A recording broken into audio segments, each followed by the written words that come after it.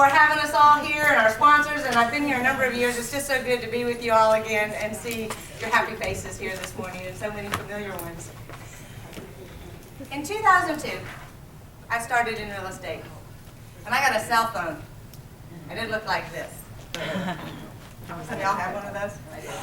And I was late to the game. I was like, oh, by the time I get on board here.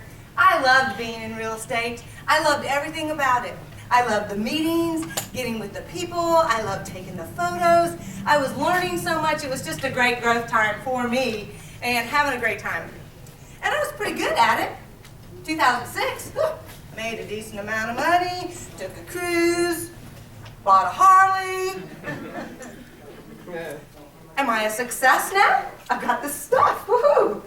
Well, in 2008, we know what happened in 2008. My income was about half of what it was in 2006. Oh, am I now a failure? Wow. It was a tough time. Learned a lot during that year. Did take advantage of a few things like time on my hands. I didn't know what having time was like. I'd been busy, and we had enough wherewithal and frequent flyer miles to take a couple little trips and enjoy ourselves in 2008, so we did take advantage of that. But a number of other things started happening then. My husband and I realized that if we were going to stay married for the long haul, we needed to chat. Not just this, hey honey, how are you, what are the kids doing? But no, so we actually got together every evening and we would sit down and we'd talk for an hour or more, whatever kind of worked out. We talked about issues and things and important stuff and stupid stuff, and we'd laugh. And that was a really good habit that we started during those years. But some bad habits started then too. These little machines that we carry around in our hands, yeah, they make all of our clients, all our friends, all our stuff, all our communications available all the time. And in those down years, when we just needed to have business, we had to make our clients happy, we would answer it all the time. Well, those times were also a little difficult because our clients, well, they were a little unhappy.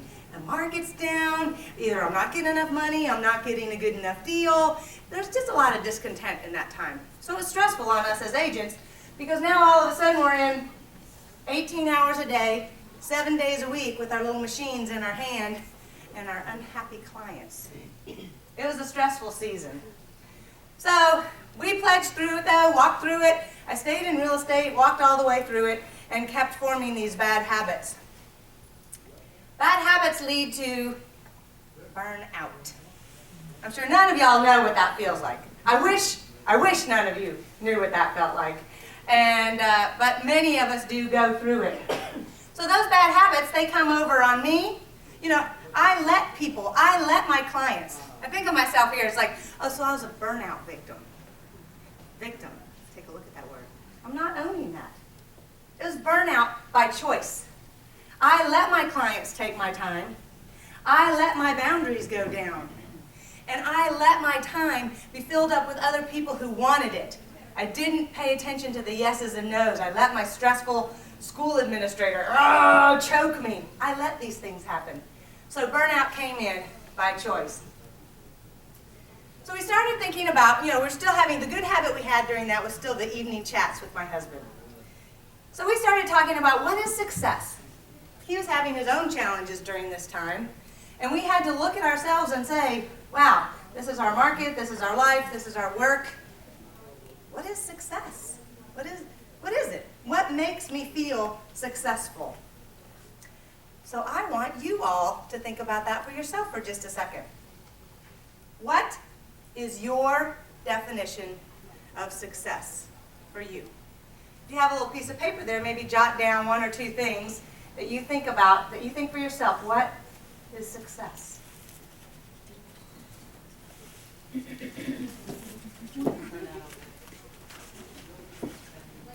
Our culture wants to tell us that if you make a lot of money, you're successful. Or if you have a high position, you're successful.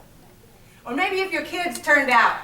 Yes. Right, yeah. I'm getting out. You're feeling me here, right? Yeah. And then your kids turn 20. Okay, so we have these journeys. I put forth to you that success is a moving target. And it's not necessarily always the same thing, and it's most important is what's in our heart for success. And so as we walk through those tough years, being happy and being able to laugh was a huge sign of success for us. We're enjoying each other, we're enjoying our family, and we were able to laugh, and we got through the tough years. You know, we sustained that for a long time. You know, it kind of started early on. Our agents sustained it a long time. I sustained it a long time. It really wasn't until 2014 that I decided to make a change. So we can put up with that for a while. I want to talk to you about what it is to make a change, though. There's some things that we can do once we've made these decisions to help us move along forward and keep in a state of whatever we think is success, what our definition of success is. So, what do you want your life to look like? Let's start with that. We all know that when people die, we've heard many of these stories of people who were big workers who died, and then, I didn't really live, I just worked. My life was not what I wished it would be, and they end up in there at the end. So let's take a look at what we want our life to be. That's going to be our priorities. Once we decide those priorities, we need to decide what's reasonable to balance our various priorities in our lives and with our time schedule. So we need boundaries. And then, on top of that, as we keep going down, we've made our boundaries, we've made our priorities, but we still need to be really efficient in what we're doing. We do have to get a lot done. We are busy. We need systems. So let's take a look at those in a little bit more depth. Family is almost always a priority, whether it's kids or maybe we're taking care of parents or we're an empty nest and it's a relationship, whatever. Family or people who are important to us are a priority. There's lots of other things that can be priorities for people. But let's look at our checkbook. Well, I guess we'll have to look at our bank account because none of us write checks anymore. Where do we spend our money? Where do we spend our time? Now I know exercise is really important to me. I just had a big birthday. I'm looking through lots of things with new glasses. One of them is exercise. So J-Man tells me he's running 9 miles, he's running 5 miles. This is obviously a priority for him. He's making the time for it. I'm still working on that, my choices. I got to choose to go to the gym or go for a walk. So, where's your time and your money spent? That's going to show you if you're really living your priorities that you said that you wanted to live out. Okay, so once you decide those, oh, they got a little out. Oh, well. Okay. This is a river. Thinks about our boundaries, okay? We're going to live within our boundaries, and I put forth that there's several areas we need to do. Work. As a realtor, if you're going to work after 6, or you're going to work on the weekends, what's going to make you do that?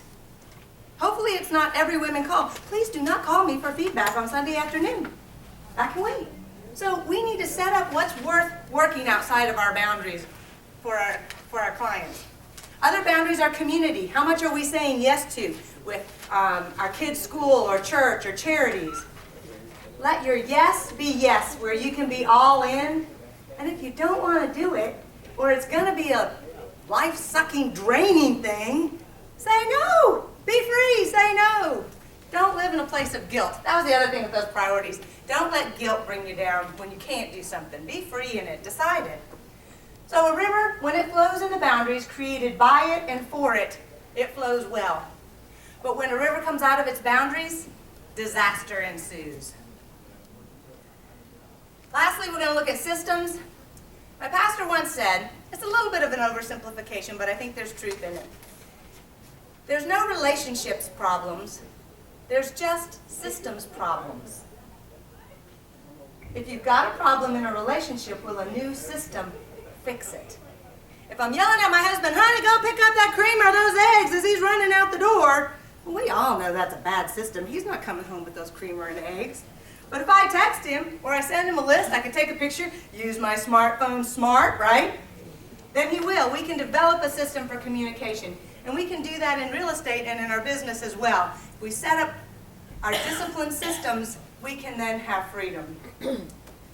Burnout does not need to be a rite of passage. It doesn't have to happen, but it does sometimes. And we can just acknowledge it. It's a wake-up call. But it doesn't need to be as bad as it might be. It doesn't need to happen. The choice is ours. Have a great trip home. Thanks for your time.